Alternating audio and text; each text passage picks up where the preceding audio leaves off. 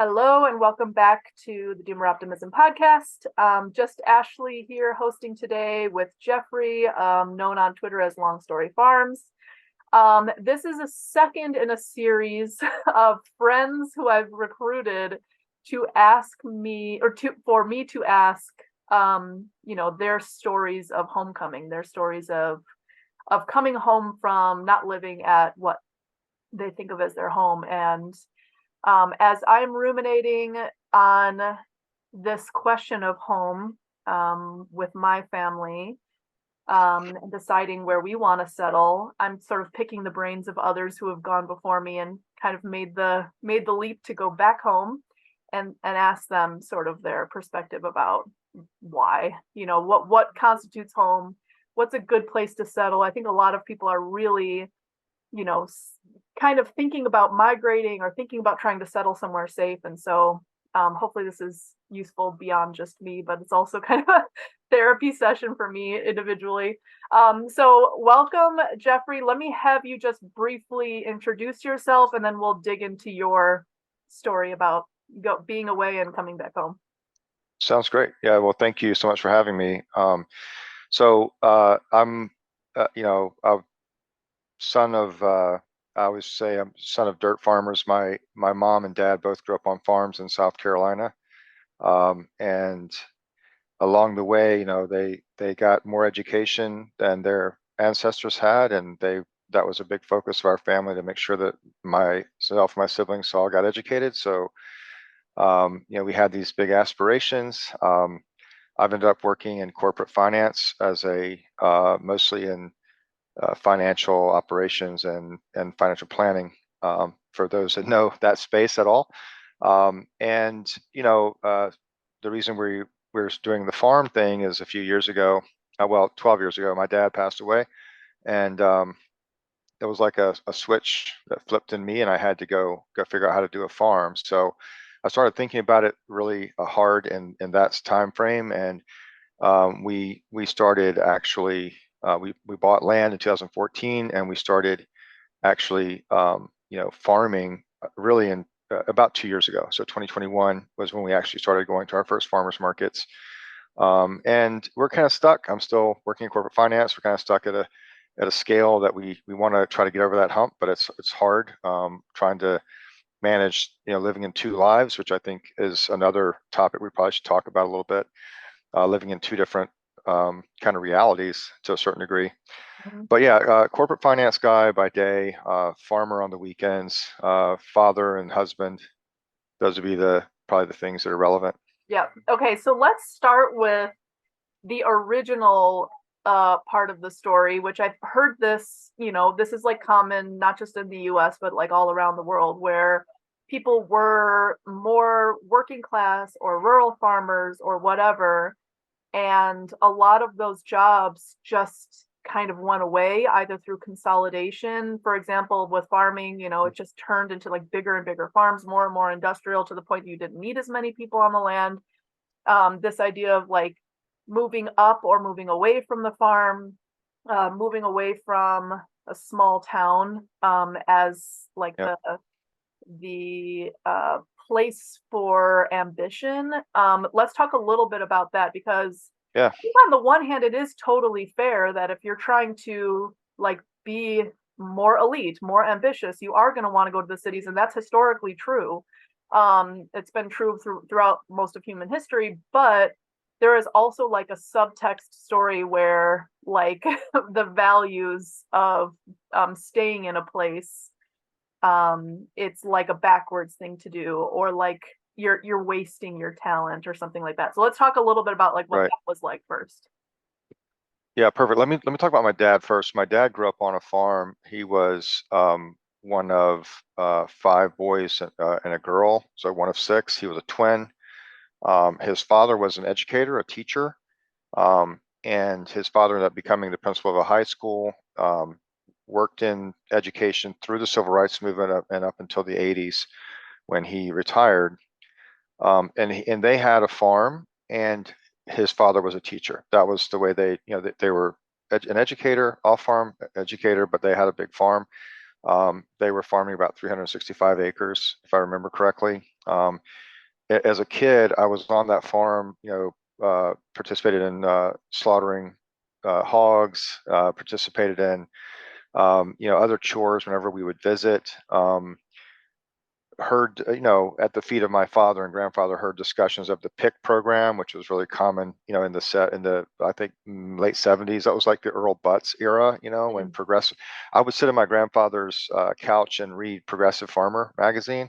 Oh, wow. Um, yeah, so I was hearing all these things, and I was, I had this dream as a kid of, I was gonna be at the helm of this, John Deere tractor, just, tilling and planting and combining thousands of acres or something like that. Kind of, I just had this, childhood dream of being a farmer. So grew up like that. My dad, though, growing up in that environment, he was always encouraged to be to get a college education.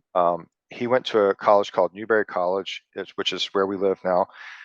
It's a Lutheran college. The area we live in is settled by, it's called the Dutch Fork. Saxe-Gotha and Dutch Fork were two different waves of migration of German immigrants that settled in this area. Our family is probably more part of the earlier migration, which was Saxe-Gotha, but we live in an area called the Dutch Fork. There's a Lutheran church on every corner. Uh, Newberry College is a Lutheran college. My dad went to Newberry College. That was the option that was available. Played baseball, and he became a teacher. And I asked him, I was like, Dad, why'd you become a teacher? And he goes, well, Newberry College made teachers and preachers, and I didn't want to be a preacher. So, he became a preacher, or sorry, rather a teacher and a coach, met my mother, and was moving around with teaching jobs. And then he started selling corn for a company called DeKalb Ag Research. So back in the day, there were these two brands that were, at least in my imagination as a kid, were like these titans of, you know, um, agricultural seed companies. You had DeKalb Ag Research and Pioneer. That's what I remember as a kid. And now DeKalb Ag Research is actually bought by Monsanto, so I don't really know all the history of all that. But he would go around as a kid. He would go around planting test plots and doing all these different things. And we lived in all up and down the Eastern Seaboard. He eventually ended up back in South Carolina. He had a really good reputation, and his job there as a salesperson was widely viewed as being the most honest and upright and all this stuff. And he got a new boss, and the new boss was like, "You're too honest to work for me." And my dad's like, "Well, if that's how you feel, I agree." And they decided to part ways. And my dad then went to school. He bounced around some different things, did some carpentry, some different things, but he ultimately went back to school and became a chiropractor. Okay. Right. But he was in South Carolina living, 45 miles from my grandfather on my dad's side, and another, maybe hour to my mother's family. So we were close to them. We went to Georgia for chiropractic college, came back in the early 80s, and I was living in this area, right? And living in this area, having access to the farms of my grandparents. Spent one entire summer, the summer I was 13 or I turned 13. Right after my grandfather retired as a principal, spent the whole summer working in his garden, and his garden was like a 5-acre truck farm. So taught me how to plant tomatoes, would go to market with him. Um, I had all this, I was involved in it and I enjoyed it.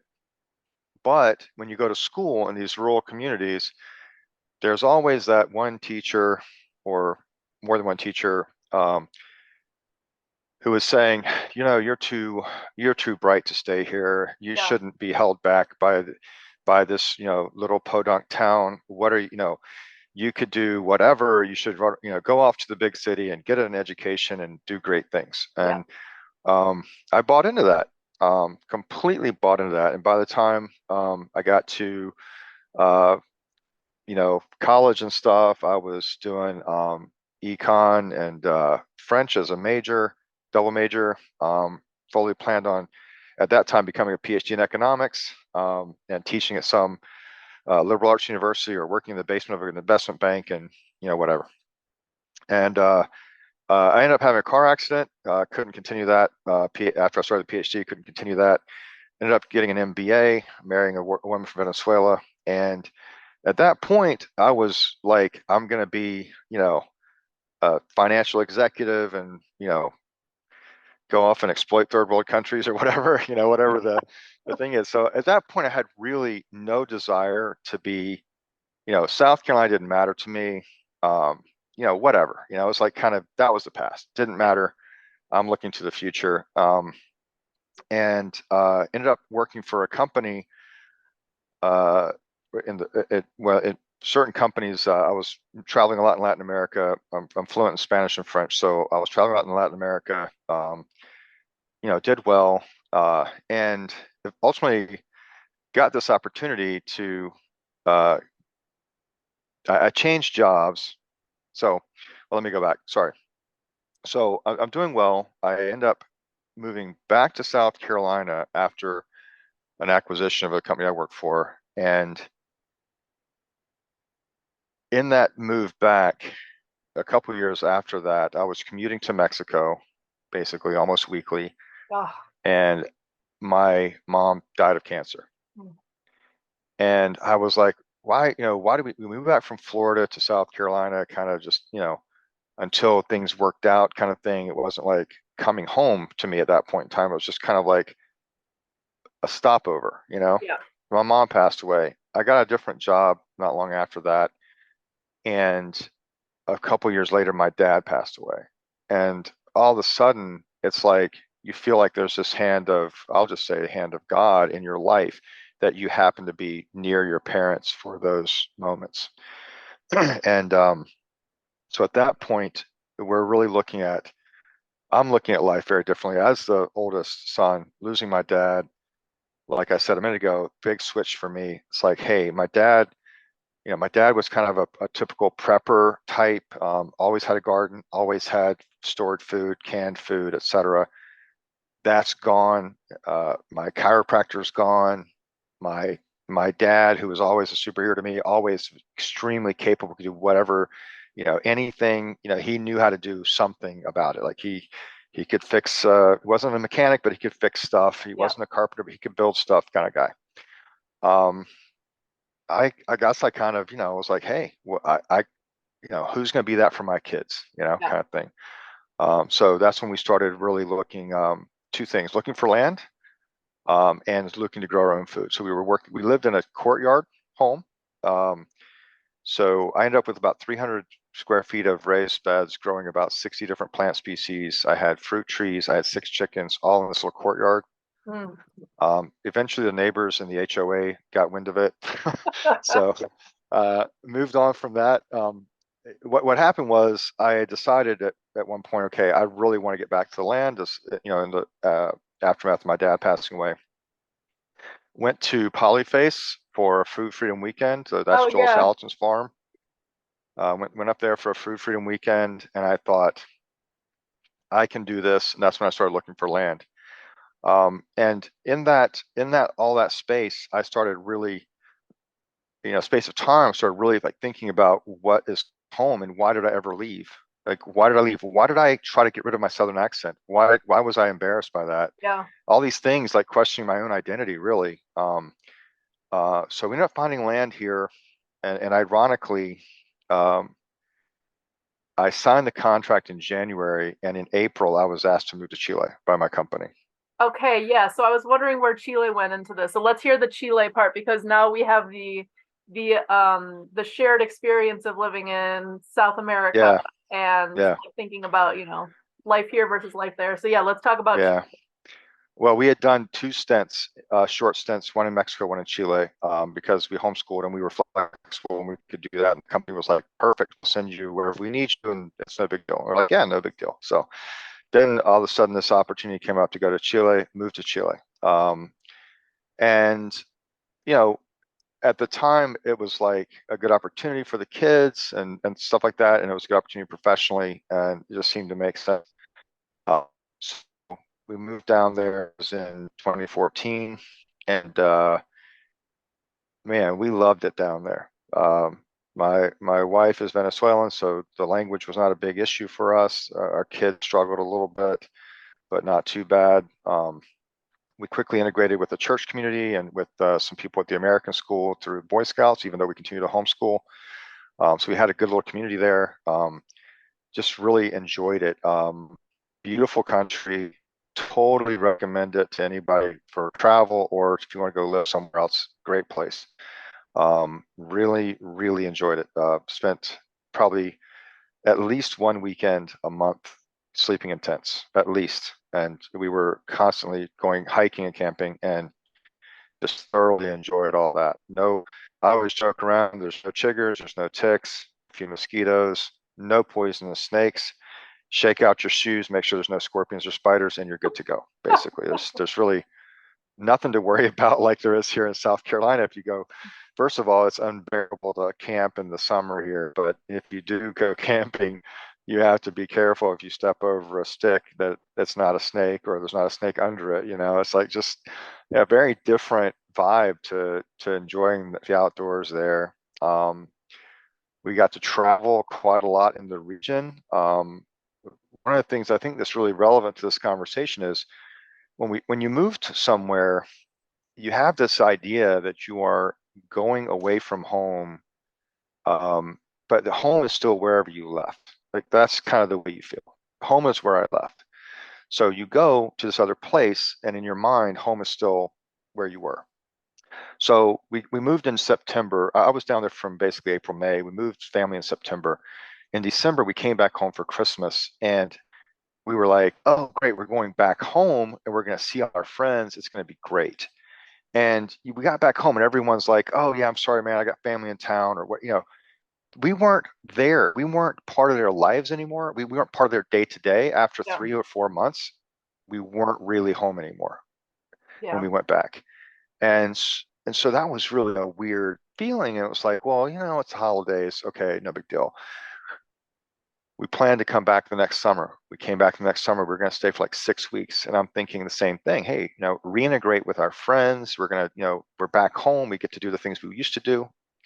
Didn't work out that way. And we resolved at that point not to come back to these States until we were finished with our stint in Chile. Yeah, So and let me just unless we add had to this, that. I want to hear more about this story, but I have had very similar experiences where it's like when you go back, all the kids, for example, they have their activities, they have their life, they have their routines, and like your kids can see them maybe on weekends or something like that, but they're not like in baseball, they're not in summer camp, they're not in all of this nope. stuff that the kids are in.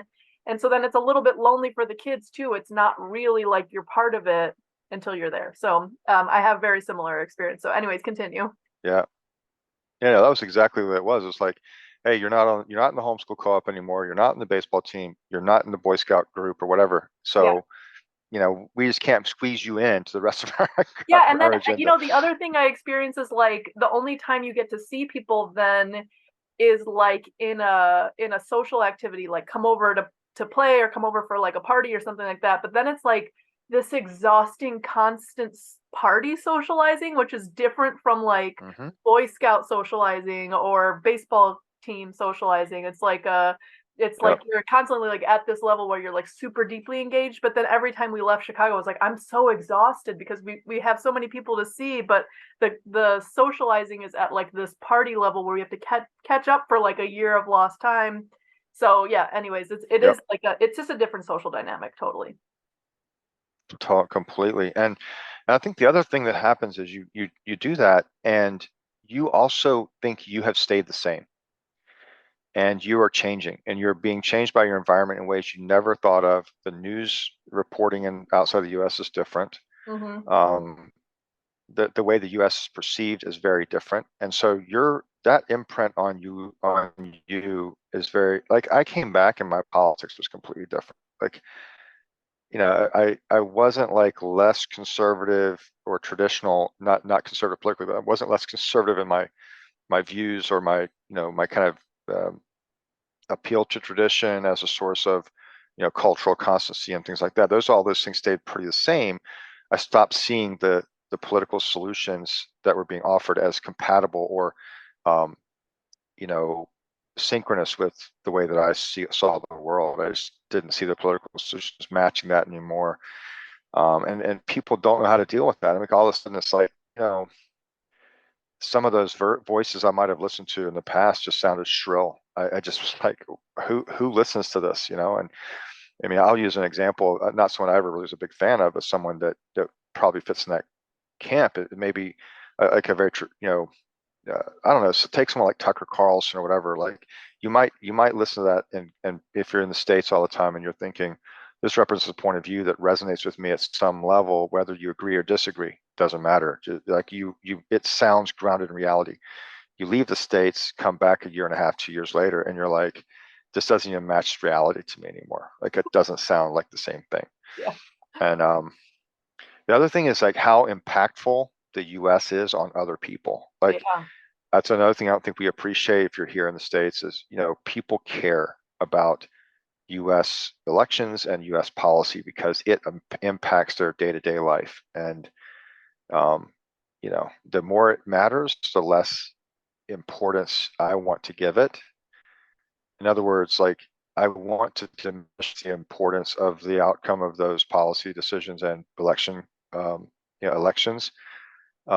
here in the States because I want to impact other people's lives outside the US less. Like I want to take power away from those things because it's very damaging, even within within Latin America. And those countries have not been targeted the way other countries have in the very recent past, but in the more, midterm past, they were Yep. very impacted Yep. by, US policy decisions. And so it's just perspective completely changed. Um, anyway, okay, so we decided to stay, and this was really revelatory to me because when we decided to stay, all of a sudden home became where we were. Right, it became Chile, it became Santiago. So when we traveled within the region, and I think the traveling within the region also helped to reinforce that idea of when we come back, we are coming back to Santiago. So we would go. I mean, some of the trips we took, and we were very fortunate. I mean, I don't say this in any kind of like prideful way. Just we were very fortunate. We used our travel budget entirely within the region. So we went to Pucón, Patagonia, Atacama, Iguazu, um, Galapagos, Easter Island. Ugh, so We got to fun. see all of that. Yeah. So we spent time in Buenos Aires, we spent time in Guayaquil, we spent time in we went to Machu Picchu. So we just decided, hey, we're going to see everything we can in the region. We camped a lot, so we didn't spend as much money, but we did have some benefits from our company that enabled that. I mean, I'm not saying that, we weren't independently wealthy. We just said we had some benefits we took advantage of. We tried to be careful, and we were able to see a lot of things. And your kids don't really appreciate it right away, but now they do, and Yeah. that's really been a great thing. But that idea of leaving and then coming back within the region reinforced that idea of Santiago as home. Um, when it was time to come back to the States, it felt very, very weird. It felt just as bad as leaving the States. Like I can't explain it, but yeah, I mean, there was this like excitement about coming back where you would be closer to some family members and things like that. But there was also this just completely, um, uprooting everything again. Like we had put down some roots there. We had a community, we had friends, we had a lot of things that we enjoyed there, and it was very different to come back.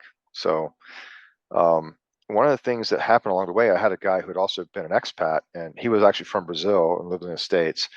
He gave me a book. I should have. I'll remember and send you this. You can put it in the show notes or something. But um, it was basically like this book for expats. Something like you can never go home, something like that. Yeah.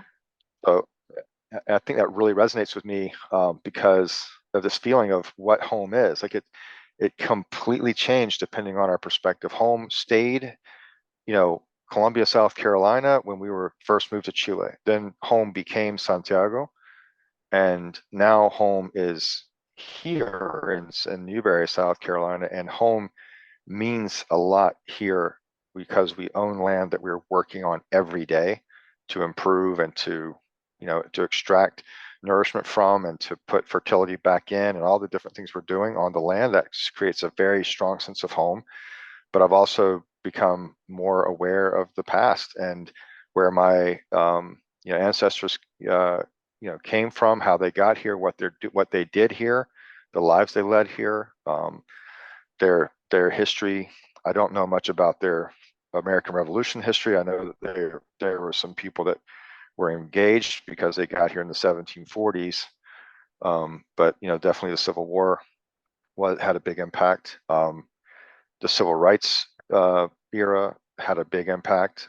So just becoming aware of that past and that history that is now part of home to me because I'm becoming more educated about it.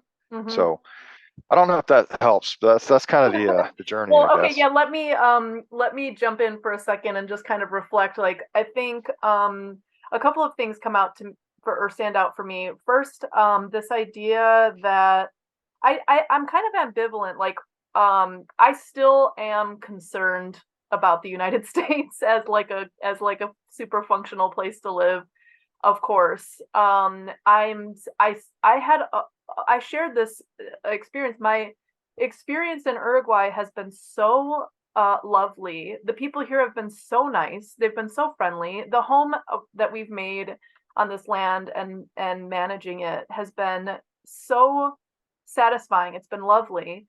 But despite all of that, which was like, it really was a pretty great experience overall and continues to be, despite all of that, we have reached a kind of point at which two things. One, where I'm thinking about my parents getting older, and just thinking about, like, they're not going to live infinitely long lives, and having memories with them, especially with the grandchildren, is something that, like, really just can't be spreadsheet brained away. Like, there's no, like, talking about, like, oh, America's in a collapsing empire. Yeah, I still think that, but also, like, having, my kids who are 3, 7, and 10 spend the next decade or, two with their grandparents and getting them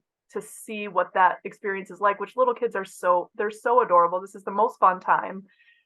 Just sharing that, like, wealth of experience together is totally, there's no price you can put on it. It's just so important. And then my sister and brother have kids, and they're starting to get old enough to, like, make memories, and the cousins all together. And, there's something that's just infinitely wealthy about that. That just, no matter, we have tons of friends here, but they're not our family, so that's a different thing.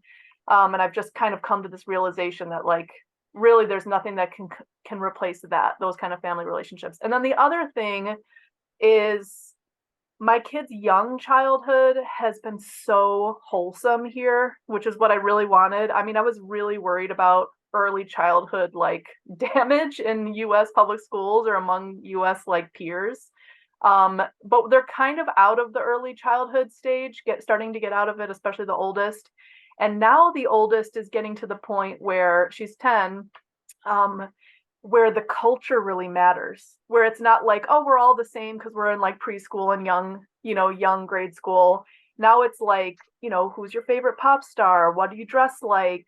And she's starting to feel this tension of, like, being raised in a US family with, like, US sensibilities, and then that butting up against with her, like, local friends and their sensibilities, and this feeling of, like, being an outsider, which I think is kind of tough. I mean, it's good to learn Spanish, it's good to get immersed in a different culture, but there is, like, a point at which, and even I would say for Patrick and I too, we've made friends, but there's, like, a limit. It's like calculus or something. There's a limit to closeness that we can have with the local friends. They're as friendly as they can be. Yeah. They're super nice, but it can't get super deep because of, like, language and cultural barriers. And so we're kind of reaching that point where I'm starting to get deeper with my family from afar and my, internet friends than I am with, like, my local friends. And it would just be so nice to have in-person relationships where I can really go deep, and it's hard to have those deep relationships like with my sister by a phone call, every couple days, as opposed to just sitting in each other's living room and getting to talk, deeply about things that are harder to talk about across language and cultural barriers. Yeah. And sometimes I think some of those things are not the deep things. It's the trivial things that you probably wouldn't think about talking about on a phone call, but they end up being, making an imprint on the way you view culture even. I don't know. I mean, one of the things that is a huge loss if you don't recognize it. And I think it's easy to recognize when you live in a different country, but think of all the idiomatic expressions that were like, especially where I am in the South, there's a lot of them that are dying off with Yeah. the, probably this, at least the younger boomers, I'll say. I'm sorry, the older boomers, the older boomers. Like, so my dad would have been probably, he was a war baby. So, that generation, as they're dying off, we're going to lose a lot of cultural richness. And you kind of become more aware of that when you live in a different country with a different language because of how much stuff you don't understand, Yeah. Yeah. right? Like Yeah. someone says something, you're like, what does that even mean? Like, I know what all the words mean, but that doesn't make Yeah. any sense at all, right? Yeah. Yeah, totally. So, I mean, it's like at this what you when we were talking about this, it reminds me, my dad and his generation in Chicago says the word jag off. Look at this jag off. And it's like our yeah, generation doesn't say that really. And there's so many phrases like that in Uruguayan Spanish where I'm like, yeah, I know what the words mean, but I don't know like the cultural context of this phrase, like, and who uses yeah, it and whether it would be appropriate for me to use or not. And like there's just so much mental energy around that, and especially me, because I'm kind of like high conscientiousness around social situations. I don't want to say something stupid, and I want to be really appropriate and say things that are in the right context. But it would be like a long conversation with people constantly asking like the history of this phrase and who uses it, and a lot of times in people's normal vernacular they don't even really know, or they don't have ever really thought of it. It's such a common thing. They're not thinking like, oh, well, hmm this generation uses that or whatever. They'd have to like think about it. It's not like, yeah, something they're equipped to tell a foreigner. And so there's a lot of stuff like that where like the mental energy is just starting to get so much to be able to yeah, do this day-to-day stuff. yeah. And yeah, I think that's going to be a rich experience for your kids to come back. Yeah, but I think they're going to feel completely uprooted, and it's going to feel probably scary, you know. Yeah. There was it's weird, like for me at least, I've traveled quite a bit for work, and I guess I've been to about 30-ish countries, 30 couple countries maybe, mostly big cities, and the level of the feeling of safety and the level of situational awareness you have to maintain in some of those places is very different. And living in a small town essentially in Uruguay probably feels super safe most Yeah. of the time. I would Yeah, yeah, think. I don't yeah, know. I don't yeah, know how you yeah. guys It's feel about. almost. I mean, that was part of the Yeah, thing we said. People, why did you come here? Because it's boring, and then they always laugh. But we're like, no, but it really is like the. It is so boring. There's no crime. Everybody leaves their door open. Everybody knows one another. It's yeah, it is ideal. Like it's like Mayberry. I mean, it is a super lovely, very safe, very calm place. But in some ways it's funny because I think probably a lot of people think like, oh, you guys went to this foreign country, like look at this amazing adventure.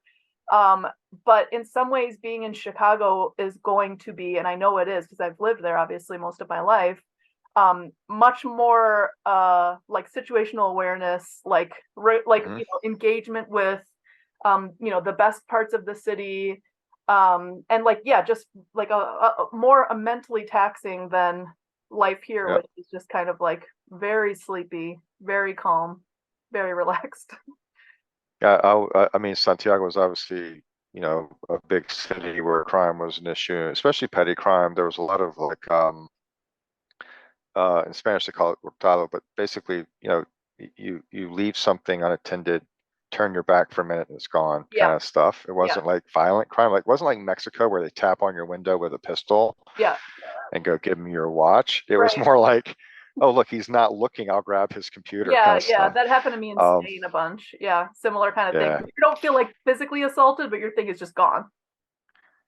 yeah, yeah. And you're sitting and you're mad at yourself because you knew better and you're just mad at yourself. And it's not, you're like not even really mad at the criminal as much as you are at yourself because you're Yeah, like, oh, I I should knew have known better. better. Yeah, And then yeah, and you see people walking down the street that are Americans that have never been in that environment, like walking on the street, talking on their, like, not talking, but like scrolling Instagram on their phone while they're walking. You're sitting there going, oh my gosh, dude, you're gonna get just taken. yeah, Um, yeah, but it's going to be different, coming back to Chicago, because I think it'll be kind of the reverse of what I was just saying, where your kids are going to have to be a little bit more aware and, buddies or something, take a buddy or whatever. I don't know yeah. how you manage it, but yeah, that'll be different.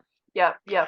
Yeah. Talk to me a little bit about then, the process of coming back, what it's been like. Talk me through it. I guess I should just say too, for the record, like we're, a couple months away from going. We're talking to the kids about it constantly. I think it's going to be hardest on the 10-year-old because the other two are kind of young Hmm. enough to not feel like, the 10-year-old starting to develop a real friend group, and the 7 and 3-year-old, they kind of could pick and choose whomever. And I was Yeah. talking to her last night, and we're painting the inside of the house for preparing to take everything out of it and maybe rent it out.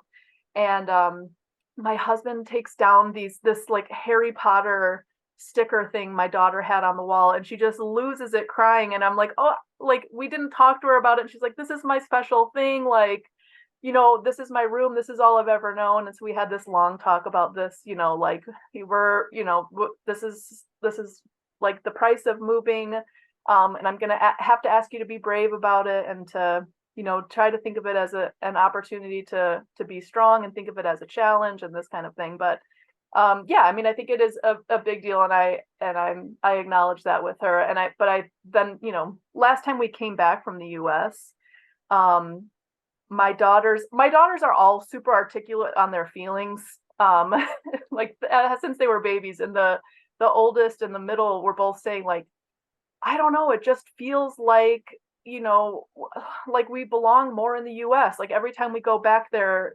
there's more belonging, more sense of this is Hmm. home as opposed to Uruguay. And all of us kind of felt that all at once. And so, I think they're looking forward to it, but it's just one of those things, like, okay, well, if we're gonna go back there, this is gonna be the price of it, and I'm sorry, and it's tough, and I'm sorry that I have to that we did this, but I think it'll be good for you. Like, this one thing we talk about on Doomer Optimism is this, it's like challenge shouldn't cross over the threshold to trauma. Like it should be a challenge enough that Hmm. you're not like damaged by it, but you think of it as a challenge and as something that's like making you stronger. So anyways, yeah, so let's talk about your return. How did it Yeah. go? And yeah. Well, let me go back then, because I think more relevant is really the experience our youngest had moving from the States to Chile. Like we left our house, we got rid of our car, Yeah. and those things were like these anchors for him. It's like, oh my gosh, that's like, I don't know any other house, I don't know any other car. Yeah, how old was How he? could you get rid of it? He was 8 when we left. Okay, yeah, okay, yeah. I think there's and according to what we read when we were getting ready for the move, and some of the counseling that we were able to get from like the relocation, because when companies do this stuff, they have these people that help you through it. Yeah, okay. So we had like this counselor that was kind of talking us through it, and they were saying that like that age, that 8 to 10 age group is really hard Yeah. because of they're starting to develop this sense of identity, and they're relating certain things to that identity, and Yeah. you don't know what it is. So if in your case it's this, whatever this, what would you say it was, the It was Harry a Potter Harry thing or Potter something? like sticker Yeah, art she made. Yeah. yeah. And so for our kid, yeah, he's like, I can't believe, like, he'll still stay every now and then. He'll still say, I can't believe we sold the Red Expedition. And I'm like, dude, that thing was trashed. Like, it's not a permanent fixture in our Yeah. life. Yeah. But so he experienced a lot of problems with that, with the leaving part, leaving to go to Chile. The coming back part was hard more than anything because we didn't come back to where we left. So we came back to Newberry, which is about 45 minutes or so, 35, 45 minutes from where we used to live. And so we kind of were a little bit too far to kind of re-plug into some of those Oh groups. yeah. Okay. So it was a new thing, and it's a more rural town. It's also the county is much more diverse, like almost 40% African American. There's quite a few Hispanics, mostly Mexican descent. And we were homeschooling, so in a small county with that demographic, there wasn't like a homeschool co-op at the ready. Yeah. Um, and so kind of a hard reintegration. We still did find like a pretty good church community, but it wasn't as many kids in it. So it was kind of like, still felt very isolated. I think the kids, and I think some of the kids suffered a lot from that more than anything else. I think that was like the one thing we could have done better would have been to make sure even if we had to drive further, we got them back into some other peer groups. Mm. That was just very, very hard from a landing perspective. Mhm. Um, I came back into a job role that was pretty demanding. I was a lot of travel. Um, so I was kind of leaving my wife and kids to handle a lot of those things. And we were living in an apartment. Like I think there's a lot of circumstances that influenced this. What I guess I'm trying to say is like we were living in an apartment with the land, trying to get the land in a condition where we could start, our food forest and some of these other things. Yeah. So it also felt very impermanent that we were living in this apartment, knowing that we wanted to move to our land. Um, and so I think there was a lot of things that felt very transitory from the time we moved back until probably 2019 when we moved to the land. Right.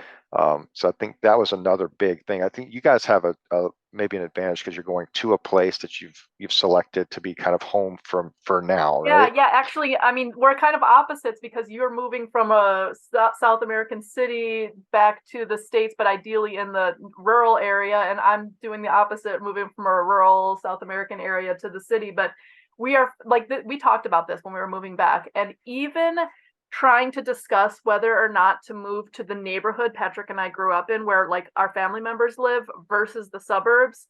I was like, I don't care. I'm going psychotically no the known quantity, which is our neighborhood we grew up in, Hmm. that both of our families live in, that I know all of the neighborhood schools, I know the high schools, a lot of my neighbors are going to be people I went to high school with, like psychotically known, to the point that my kids are going to be a couple blocks away from their cousins. My sister's already taking pictures of, there are kids outside her neighbor kids who go to the public school that my kids are going to go to, and they all walk to school together. So my sister's trying to like recruit this kid group for my daughters to go walk with them to school. Like all of that stuff is going to be like a super easy integration. Once we get there, we bought a house that's going to be our landing place. It's going to be our home.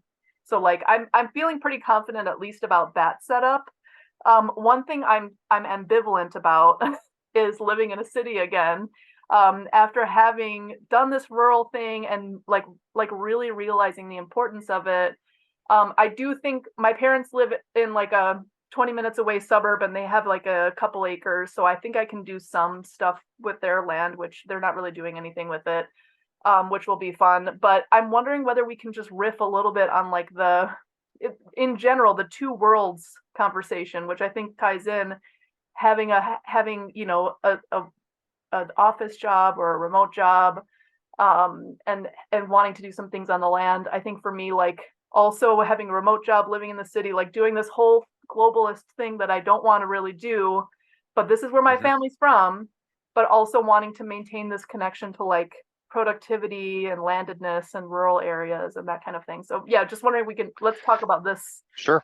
two Yeah. worlds conversation. Well, I think, one of the really important things, I was talking to Homestead Padre the other night, and he was talking about, hey, if you've got a balcony or a 5 gallon bucket, you can grow something. Yeah, So I think, no matter what, it's like wherever you are, there is something. You can grow herbs in your kitchen counter, you can grow tomatoes in a bucket on the balcony, yeah, and you can get more sophisticated from there. And if you've got a couple of acres, there's no reason not to you know, if your parents are up for it, no reason not to even have a few chickens unless the zoning doesn't allow it. No, but even Chicago lets you have And chickens. So even, we're definitely getting chickens in Chicago yeah, for sure.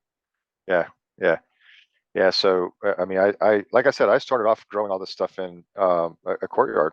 I mean, it was literally a brick courtyard. I don't know the exact measurements, but I had about 300 square feet of raised beds, and I was growing, you know, things that were very successful. I was great carrots, did great with tomatoes, great with, you know, greens and bunch of squash and cucumbers and all this kind of stuff. I didn't do great with corn because it was too small of a space and the wind pollination, I just didn't get that figured out. But you know, we grew a ton of stuff and very small space. And I think there's a lot of, you know, ways to approach it from a square foot gardening perspective or whatever, vertical gardening and Yeah. other things that, Yeah. you know, there's lots of ways to do it. So yeah, definitely don't be deterred. But let me talk more about like, I have a really good friend, and I've said before that if I ever decide to host a podcast episode here, I'll invite him on. But he was a really good friend of mine. We met through homeschool, and he's a permaculture guy. He teaches wild foraging classes, does permaculture consulting, does carpentry, does art. Super talented guy. We're close in age. Um, just a great guy, and he chose the path of doing what he loved. And I chose the path of you're too bright to stay here. You should go, you Yeah. know, whatever. So here we are now where I have maybe I have the income or I have, you know, whatever, I can do certain things. He has that freedom and he has the ability to do all these things. And we talk about that contrast all the time. Like Yeah. he has time, I have maybe the means, I have no time. That can't always get the thing that he wants or whatever. And Yeah. we talk about that constantly. Huge trade-offs.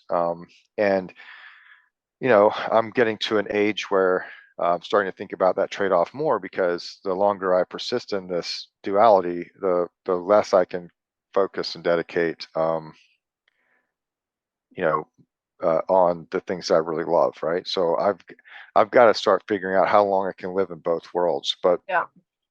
there's a couple of areas where I think the two world conversation is really important. One is that, and the other is the idea of, you know, the doomer side versus the optimism side, Yeah. right? So, and then I think another duality that's really critical is urban and rural, which we kind of talked about all three of those, I think, at some point today. Yeah. Um, but you know, so that duality of living in the kind of the corporate, you know, job space versus being a farmer, it feels really weird sometimes, a lot of tension.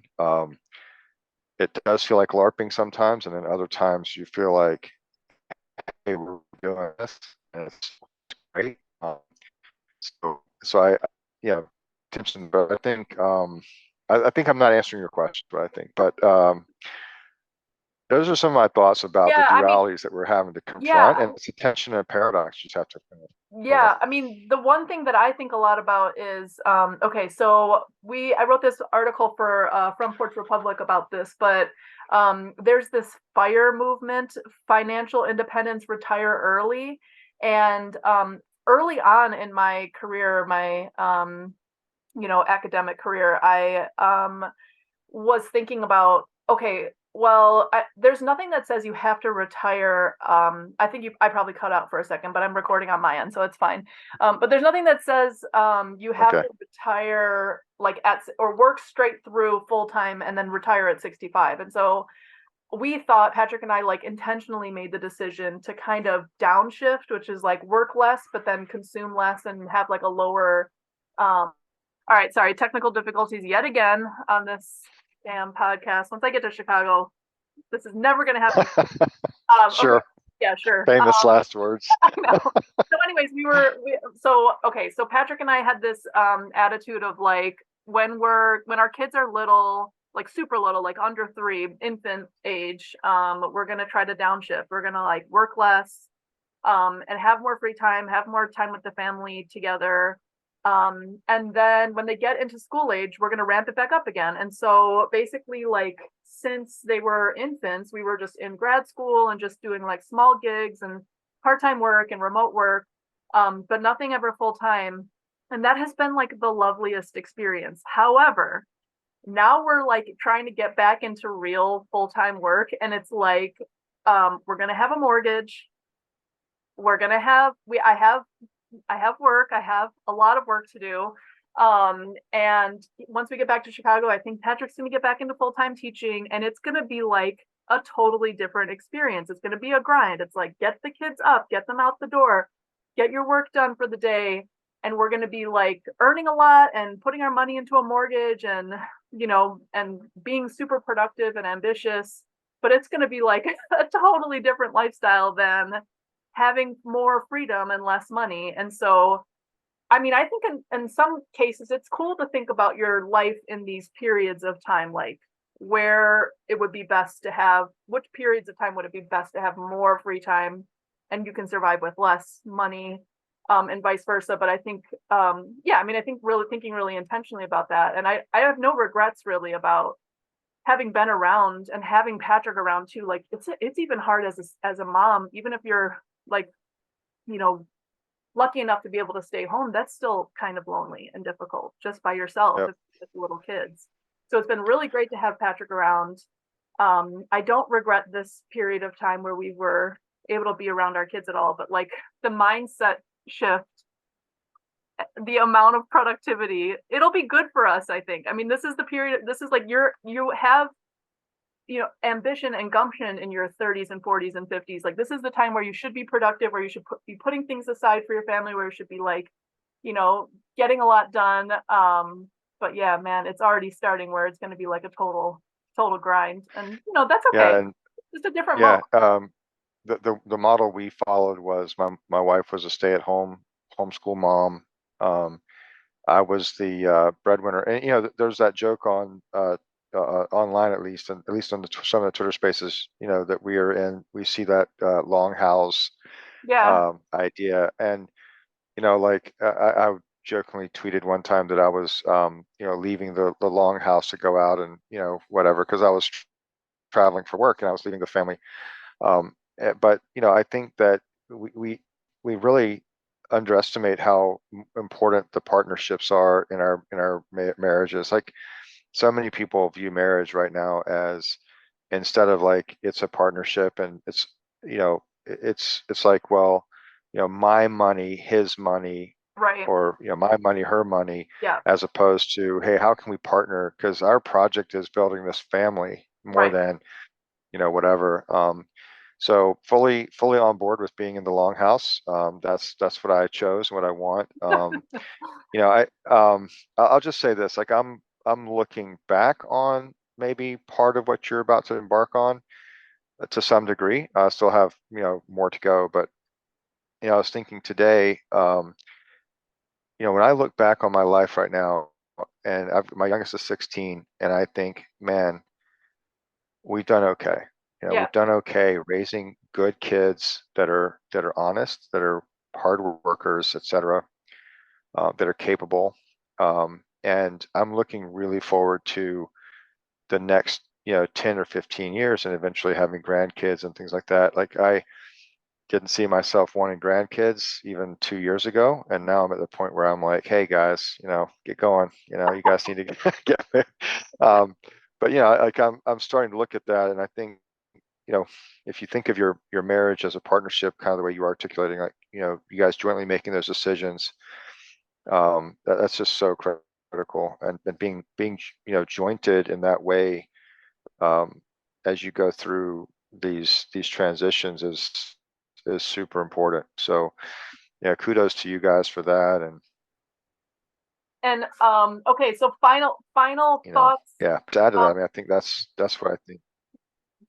sorry, we cut out for a second, but final With thoughts. me, No, yeah, you did, but it's okay. I'm just the time.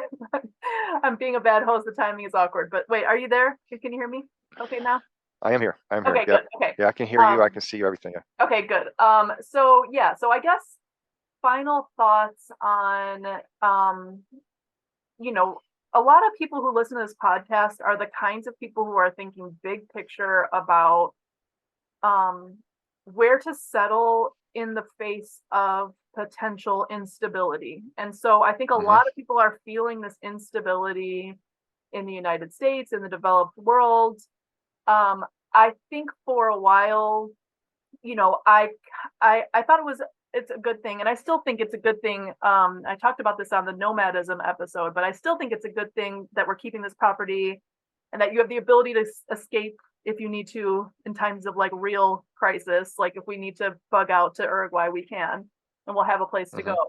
Hmm. But yeah, thoughts on the benefits of going back home, I guess. I mean, I think it's cool for people to have adventure. I'm kind of ambivalent about prescribing things to people, but like we described in this episode, I think we were talking a lot about like the specific, relationships you have, the family, the life course of your family, how old the kids are, where they thrive, all of those things should figure into it. But for you in particular, yeah, just it would be cool to kind of end the episode thinking about, you know, going home. What have been the benefits of that?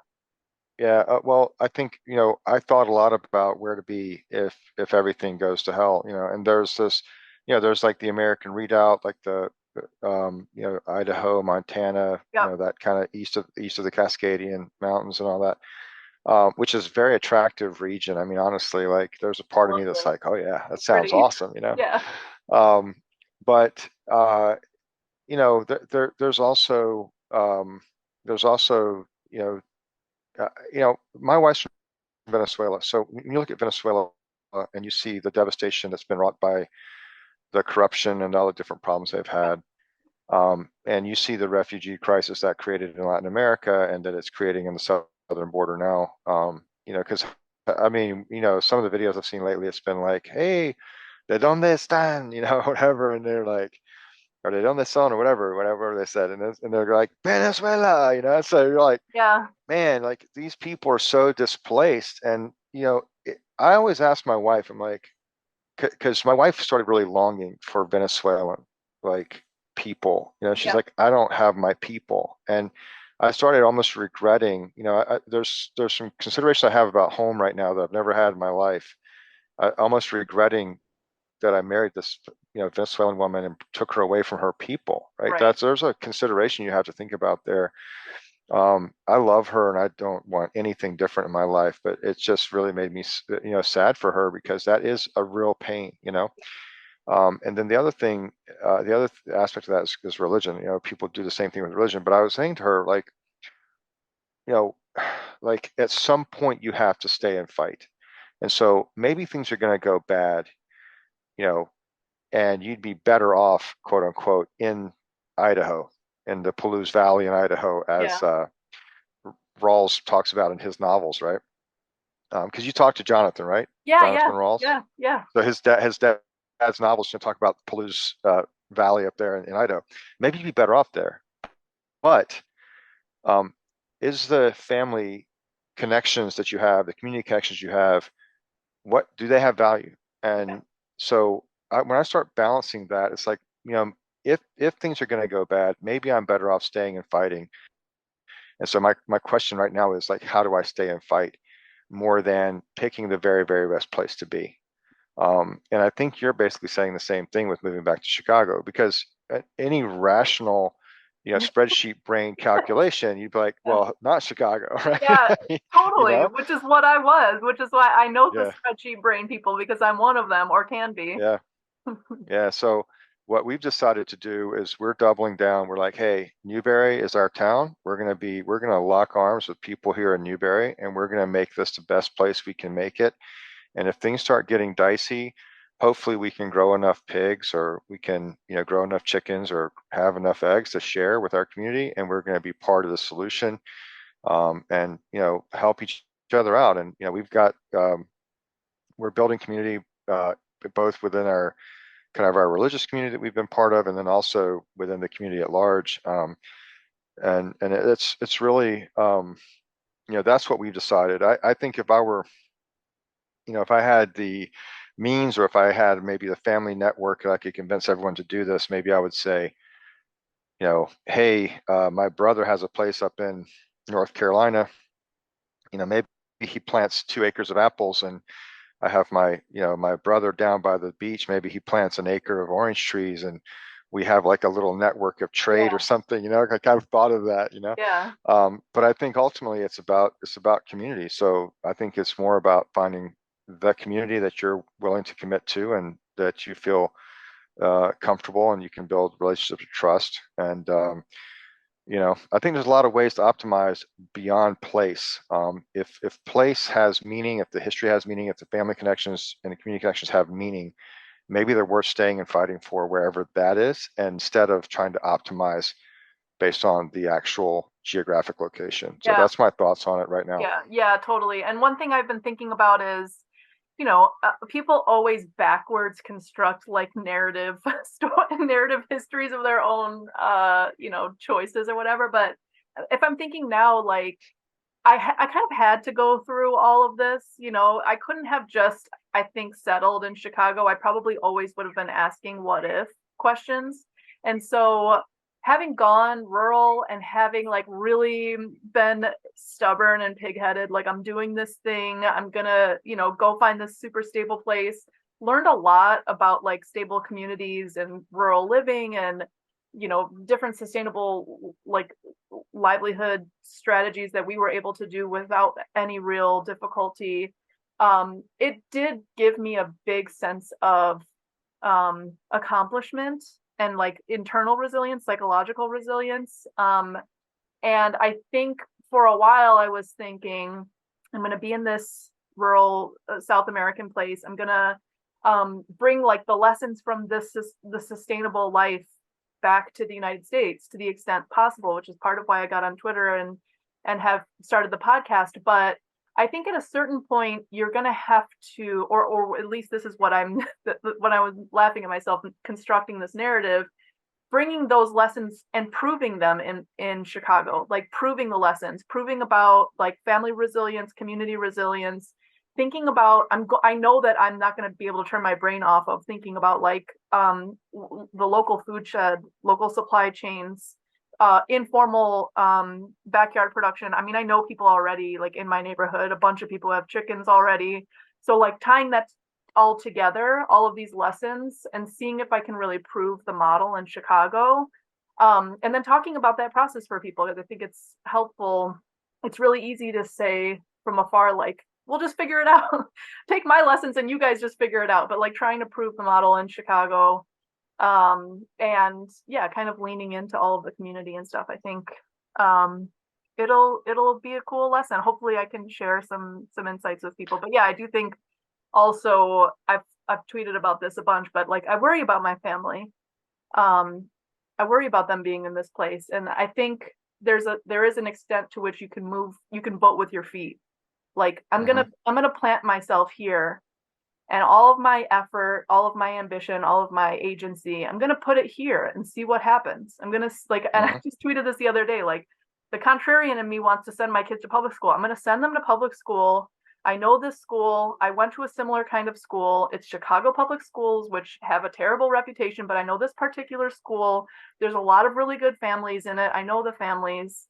So what can we do if we like really put our attention in an institution, put our attention in a neighborhood, get involved in Girl Scouts? What can I do by, instead of like just critiquing those institutions, by like engaging with them and putting my all of Well, my attention and goodwill uh, toward them. yeah, I think it goes back to kind of just the attitude that we've built in our culture, or our society, at least, maybe not culture, but in our society, of consumerism, because we think of all of those things as products that we consume. We don't think of them as products that we build, or that we construct as part of the society or the culture, or community we live in. And I think, making a kind of a decisive, definitive decision, I am going to be part of building this, as Yep. opposed to I'm going to consume this as a product, is like the critical thing. Yep. One more thing I would say is, like, um, there are so many people that are thinking about optimizing geography over community. Yeah. And if you're thinking that way and you move to a place that you've never been, you don't have any roots there or whatever, there's nothing wrong with that. Right? There's nothing wrong with that. I totally encourage people to feel that that's what they need to do. Like, do it. but go into it knowing that you're about to go integrate into an existing community, and don't go try to take over the community. And it's one of those things that it feels to me like a lot of people, uh, like this is a really maybe the wrong analogy, but let's just say if there's a very happy couple, there's a man and a woman that are maybe newlyweds, a young married couple, and there's a woman that really likes that guy. If she gets the guy, she destroys exactly what she thought she wanted. Yeah. Like if she got him, she destroys what was good about him. And so Oh, you can do the same thing to a community. this is a great Like, analogy. oh, do you like it? Okay. So I wasn't sure if I was going too far there, but if you go into a community and you say, I love this community. Look at it's so quaint, it's so thing, and you go in there and you start wrecking stuff and you start telling the farmers, I can't believe you use Grazon on your hayfield. You're destroying the environment. You're such a jackass. You're going to end up destroying the things that made that community great. And not that you shouldn't use that influence, but you've got to do it in a building way, not in a just a critical way. Be constructive. I don't know. I get really passionate about this because and I don't want to offend anybody on a political basis or even environmental basis, because I don't want people using Grazon on their hayfield. By the same token, these guys have been farming here. The guy I buy hay from uses Grazon and he sprays for army worms and stuff like that. I don't have a source for, the purest organic coastal Bermuda hay in the world. I don't Yeah. have a source for that. Yeah. Am I going to walk over to him and go, "Oh, you're an idiot, spraying?" Yeah. Right. I'm not. I'm going to say, hey, I'm going to be able to move fertility from his land to my land. I'm going to keep it in the pasture so it doesn't impact other crops I want to grow. I can't use that manure as compost. That's the compromise I have to make. Yep. I understand that. If I have an opportunity to talk to him about it, I will, but I'm going to do it in a constructive way. I'm not going to be like, I don't want to use the term, but I'm not going to be a Karen. You know what I mean? Like I'm not Yeah. going to be, wagging my finger at him and saying, "Hey, you're a bad pirate, you're a bad person, and you don't understand ecology or the land." That guy's the guy I buy hay from. His father cleared that land with a mule team and goats. Mm. He understands that ecology better than I do. I am not going to have anything to say about that. I mean, Yeah. listen to what he has to say.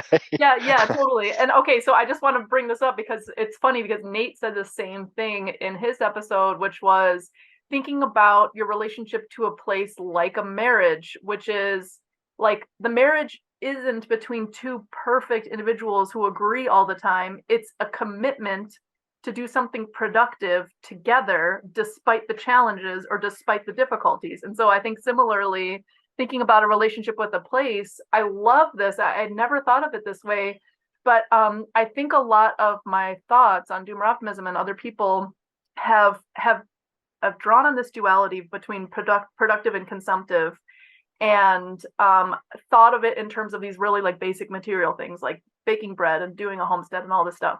But there is also a way in which you can be a productive member of society via like constructing institutions and thinking of yourself as an active and responsible member of that institution, as opposed to, and I think a lot of people kind of fall into this consumerist mindset with this. I've gone back and forth with a lot of people. This local public school, I know a lot of people who send their kids there, a lot of people who have been teachers and administrators in Chicago public schools, and they're super active and they're very conscientious parents. And those are my people, like active agency, conscientious moms who I agree with, like values wise, who want to raise their kids in the way we were raised in the 80s and 90s. And Chicago public schools is a behemoth that is like needs to be contended with. But at the same time, if I just sit back and say like, Chicago public schools is a disaster, that institution is going to fade away without like active engagement with people like us who have agency, who want to be involved and want to be constructive. And so I think about all of these kind of social institutions in similar ways, but I never really put it in this dynamic. But I mean, you could also be a producer in the sense of social institutions, showing up, That's helping. yeah, that's exactly what I was trying to say, because I've seen it when I coached like YMCA teams and stuff like that, where people come over, they don't show up. They show up at a game, their kid doesn't play as much as they want or whatever, and they're like, this coach is horrible. Da, da, da. It's like, where, look, you're not the team mom. Like, where have you been? Like, Yeah. like don't approach it as a consumer. Hey, how can I help? I'd love to be able to be involved. What can I do to support you? I don't have time to be here every week, but hey, could I do, people are looking at it as a product they consume. I paid $35 for my kid to play. Well, I mean, it's the YMCA lady, Yeah, exactly. um, and I think so. I think there's definitely that relationship, and we're taking it to a different level. Like, we're trying to get this farm store going where we want to basically create like a permanent farmers market type Yep. vibe where we're going Yep. to say, hey, there's a local grocery. You can get local zero waste products, local either local and or zero waste products, so that you can take care of your local food shed, as you were saying, while supporting local farmers, while doing better for the environment and for the other things. And it's hey, we might lose everything for that, but we're going to try to make it happen and see Well, what and see what actually, see what comes of it. let's end with this because I don't know how much you've gotten to talk about this, but you are making a brick and mortar store that is basically like a permanent farmers market that's specifically going to be focused on local or zero waste.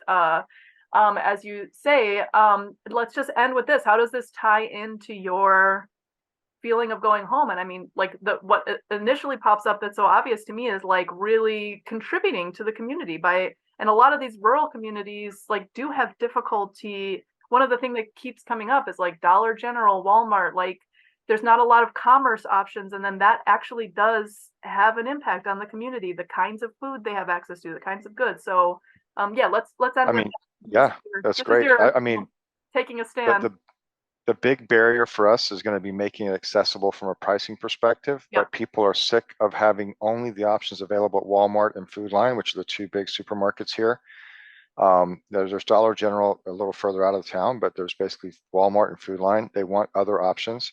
They want cleaner options. If we can make it accessible and make it part of their routine, going back to what I was saying earlier about when you leave home, you're not part of the routine anymore. Yeah. So farmers markets are essentially like a vacation for a consumer. They are not part of the routine. Right. So we want to create this as a part of their routine. We're going to offer delivery within the city limits, within certain parts of the city, and we're hoping to be able to provide beef, lamb, turkey, chicken, duck, chicken and duck eggs, fresh dairy, raw milk, produce, cut flowers, and then some zero waste products. We're hoping to source everything within 60 miles of here. We might make a few compromises on some food staples, but all of the farm products will be sourced within 60 miles of here. Mushrooms, greens, microgreens, etc. So I don't know how long it's going to take us to get it done, but we're hoping to open as soon as we can. It's just that it's a significant investment. I'm probably going to do a Kickstarter to try to help get it going. Okay. I've been my daughter has designed some T-shirt designs. We're going to try to get those up soon and ask people to help us by buying a T-shirt. So Nice. look Okay. for Well, that. get that Kickstarter before this episode comes out, which is several Okay, from now, so then we can link to it. that'd be Okay. great. This was awesome, Geoffrey. Thank you so much. It was very cathartic for me to work through some of these things. When I did the episode with Nate, we hadn't yet like fully decided, but since then have purchased or made an offer on a house that is closing soon. So really live streaming my life here. Yeah, This was yeah, really helpful and really cool, very insightful. So thanks so much. This was awesome.